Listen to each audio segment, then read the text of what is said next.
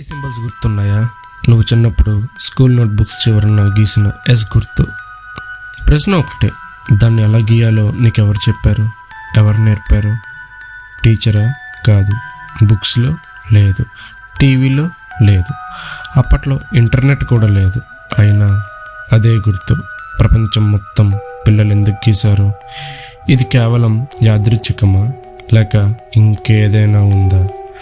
నువ్వు సేఫ్గా ఫీల్ అవడానికి పెట్టిన తప్పుడు జ్ఞాపకాలే అవి.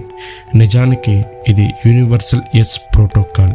ఎస్ ఒక జ్యామితీయ సూచన ఎంత త్వరగా అందరి మనసుల్లో వ్యాపిస్తుందో చూడడానికి చేసిన ప్రపంచ స్థాయి ప్రయోగం.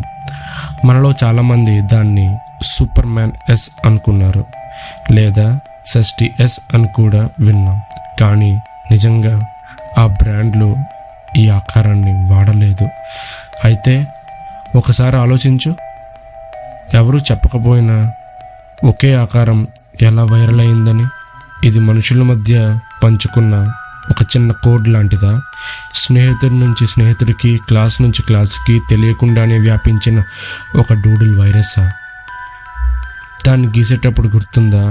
ముందు 6 నిలువు గీతలు, తర్వాత కోణంగా కలిపే గీత, చివరికి ఒక సింబల్ తయారవుతుంది. దాన్ని గీయడం ఎందుకో మనసుకి తృప్తి అనిపించేది. బహుశా అందుకే అది అంత వేగంగా వ్యాపించిందనుకుంటా. మన మెదడుకు సింపుల్ ప్యాటర్న్స్ అంటే ఇష్టం. మనం దాన్ని నేర్చుకోలేదు, మనమే ఒకరినొకరం చూసి తెలుసుకున్నాం. అంటే నిజంగా ఇది ఎలాంటి సీక్రెట్ ప్రయోగం కావచ్చు, కానీ విషయం మాత్రం నిజం. ఇది ఇంటర్నెట్ లేకుండానే ప్రపంచవ్యాప్తంగా వైరల్ అయిన ఐడియా. మనిషి కుతూహలం, అనుకరణ, ఇవి ఎంత శక్తివంతమో చూపించడానికి చిన్న ఉదాహరణ. నీ నోట్బుక్లో కూడా ఈ గుర్తుందా? నువ్వు సరదాగా గీయలేదు, ఒక సర్క్యూట్ను పూర్తి చేస్తున్నావు.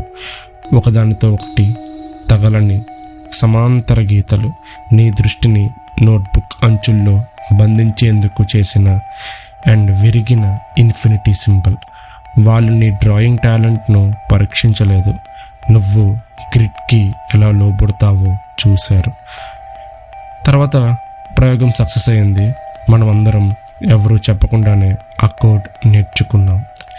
నీ పాత నోట్బుక్స్లో ఆ గుర్తు ఉంటే దాన్ని నువ్వు సృష్టించలేదు, నువ్వే ఆ సంకేతాన్ని తీసుకున్న యాంటీనావయ్యావు.